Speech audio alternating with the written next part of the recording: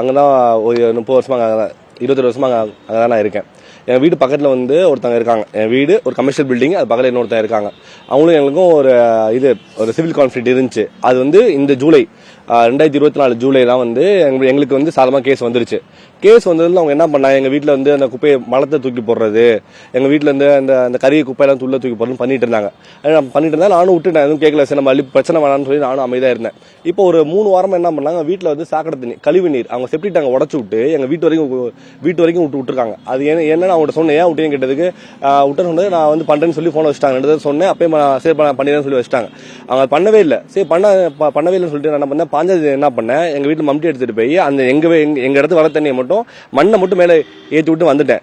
ஏற்றி விட்டு வந்ததுக்கப்புறம் என்ன பண்ணாங்க, வந்துட்டு ஒரு 10 நிமிஷம் கழிச்சு அவங்க மம்டி, அவங்க அண்ணன் இமான்வேல், அவர் தம்பி ஸ்டீபன், அவர் ஒய்ஃப் இமானோட ஒய்ஃப் லில்லி, 3 பேரும் அங்கே வந்துட்டு பறிச்சுட்டு இருந்தாங்க. ஏன் பறிச்சதுன்னு கேட்டதுக்கு மம்டி எடுத்து வெட்ட வந்தாங்க சார்.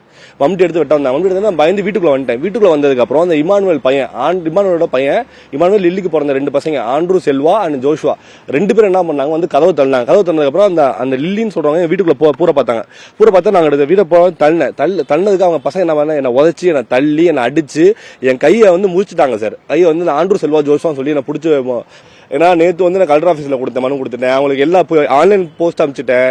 ஆன்லைன் எல்லாத்துக்கும் நான் இது போஸ்ட் அனுப்பிச்சிட்டேன். அன்னைக்கு நைட்டே அனுப்பிச்சிட்டேன். அது மட்டும் இல்லாமல் 2 நாள் முன்னாடி எங்கள் கடையை வந்து உடச்சிட்டாங்க சார். உடச்சுனா 100 கால் பண்ணிட்டேன். 100 கால் பண்ணி வந்து கேட்டு கூட்டு போயிட்டாங்க. உடச்சிட்டு போலீஸ் ஸ்டேஷன் ஒன்று சொல்றாங்க, நான் தான் உடைச்சேன். உங்களை என்ன பண்ண முடியும், உங்களால் என்ன பண்ணிட முடியும், என்ன பண்ணிட அவங்க சொல்றாங்க. என் சொத்துல எந்த உரிமை இல்லை சார். எங்கள்கிட்ட ஆர்டர் லோக்கல் இது ஆர்டரே எங்கள்கிட்ட இருக்கு. சமரச உடன்படிக்கை போட்டு எங்களை வந்து ஆர்டர் எங்கள்கிட்ட இருக்கு. எல்லா சார் அவங்க வந்து ஆளுங்கட்சியில் இருக்காங்க சார். அவங்க ஆளுங்கட்சியில் ஒரு ஆளுங்கட்சியில் இருக்காப்புல. அதை வச்சுதான் சார் அடிப்படை உறுப்பினர் இருக்காரு போல. அதை வச்சுதான் சார் பிரச்சனை பண்றாரு. ஏன்னா போலீஸ் தைரியமா சொல்றாரு, நான் தான் பண்ணேன், என்ன பண்ணீங்கன்னு சொல்லி எஸ்ஐ சும்மா நின்றுட்டு இருக்காரு.